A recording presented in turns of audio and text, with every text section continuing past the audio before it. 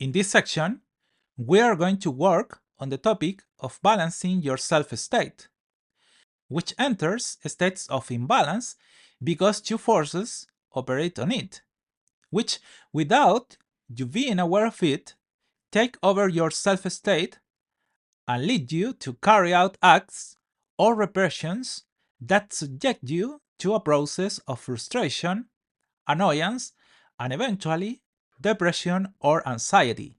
To give some examples. Therefore, you already know that two forces operate within yourself.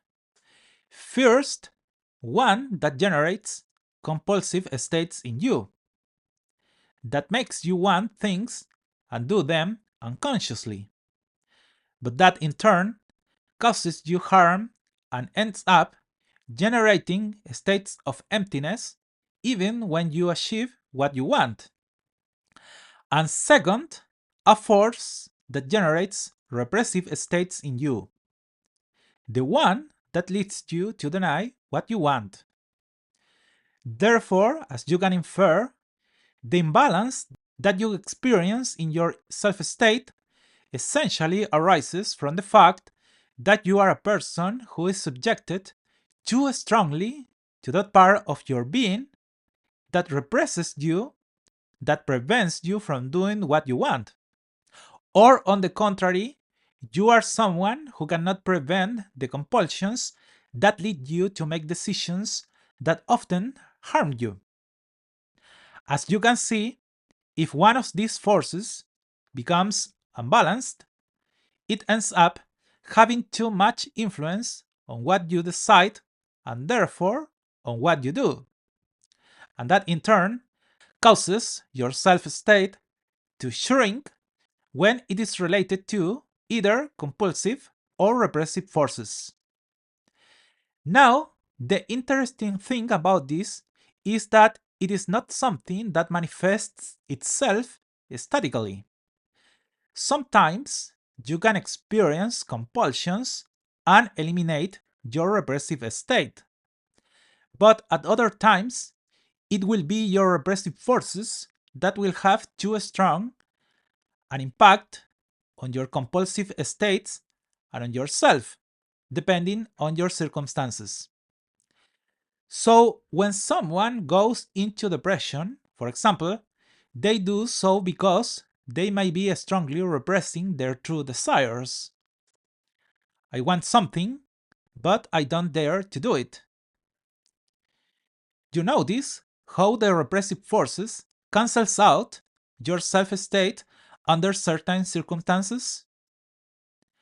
I like someone, and I know that they like me, but I don't dare to enter into a romantic relationship with that person because some event from my past represses me. Your mother or father may have taught you that associating with people of the opposite sex was a bad thing from their own bad experiences in their youth. And because of this, you grow up repressing your own desire to have a romance with someone. The same thing happens with compulsive forces. I don't want to do things that others force me to do, such as doing favors for them, or going out with them, or entering into a romantic relationship with someone I don't want, but I cannot help but do the will of others. That is where the compulsive force, the one that leads you to perform actions that are not good for you, supersedes your other self-states. This occurs a lot on the emotional level.